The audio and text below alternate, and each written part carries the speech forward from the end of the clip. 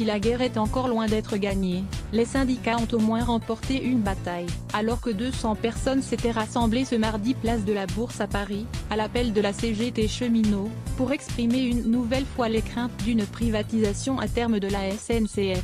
Le Premier ministre Édouard Philippe a envoyé une lettre à l'ensemble des syndicats de la SNCF, ainsi qu'à leurs responsables confédéraux, pour les inviter à une série de réunions bilatérales le 7 mai. Je regrette que, vous ayez choisi de poursuivre un mouvement de grève qui gêne considérablement les Français et l'activité économique, indique néanmoins Édouard Philippe dans ce courrier. Message reçu. Ce dernier est la réponse à la missive, envoyée la semaine dernière, par l'intersyndicale CGT UNSA CFDT Sud et dans laquelle elle faisait part de sa décision collective de ne plus participer aux réunions avec la ministre des Transports Elisabeth Borne. Nous souhaitons être directement reçus par le Premier ministre, expliquait-elle dans le courrier. Message reçu donc, alors que s'achève le 10e jour d'une grève, qui a une nouvelle fois fortement perturbé le trafic ferroviaire. Cela montre que le rapport de force est en notre faveur, analysait dans la soirée Olivier Boissou, secrétaire général adjoint de la CFDT cheminots, à la sortie d'une réunion de l'intersyndicale,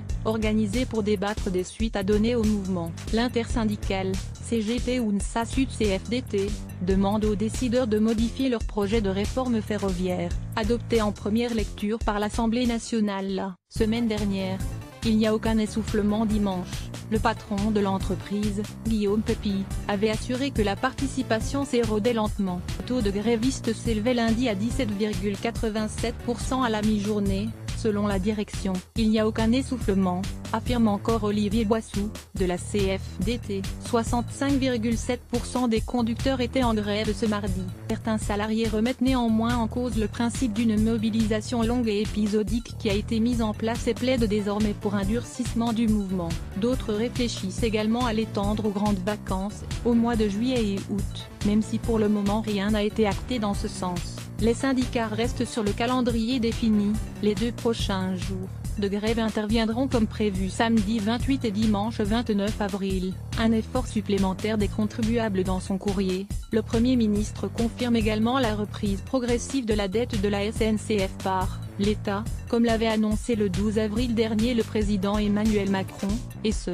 à compter du 1er janvier 2020.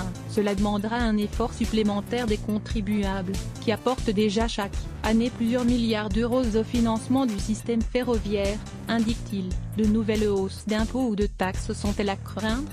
Il est bien trop tôt pour se prononcer sur la manière dont la dette du ferroviaire sera compensée, indique une source proche du dossier. Matignon a assuré au quotidien Libération que les prélèvements ne seront pas alourdis pour financer cette reprise de dette.